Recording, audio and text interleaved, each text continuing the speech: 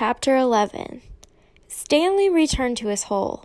It wasn't fair. Mr. Pendanski had even said his fossil was interesting. He slammed his shovel into the ground and pried up another piece of earth. After a while, he noticed X-Ray had come by and was watching him dig.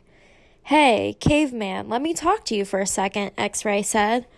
Stanley put down his shovel and stepped out of his hole. "Say, listen," said X-Ray.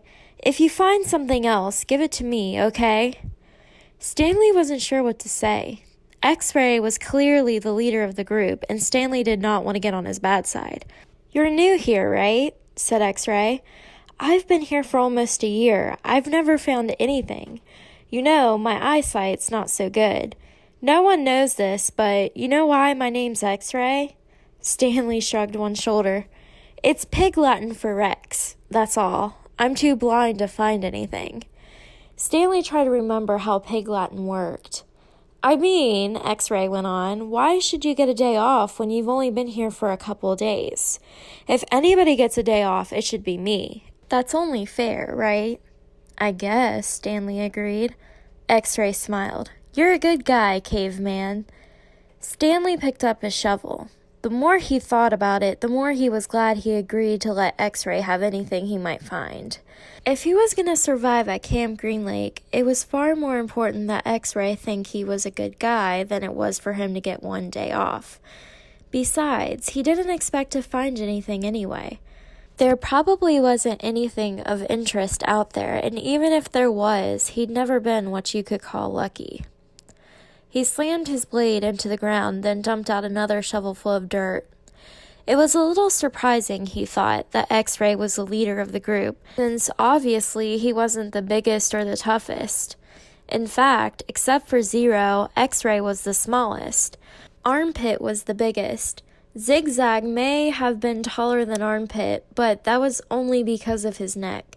Yet, Armpit and all the others seemed to be willing to do whatever X-Ray asked of them. As Stanley dug up another shovelful of dirt, it occurred to him that Armpit wasn't the biggest. He, the caveman, was bigger. He was glad they called him Caveman. It meant they accepted him as a member of the group. He would have been glad even if they'd called him Barfbag. It was really quite remarkable to him. At school, bullies like Derek Dunn used to pick on him, yet Derek Dunn would be scared senseless of any of the boys here.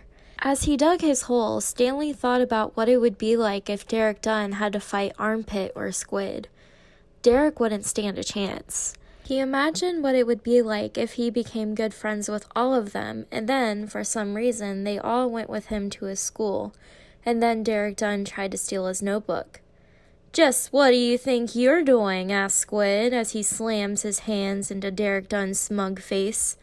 "Caveman's our friend," says Armpit, grabbing him by the shirt collar. Stanley played the scene over and over again in his mind, each time watching another boy from Group D beat up Derek Dunn.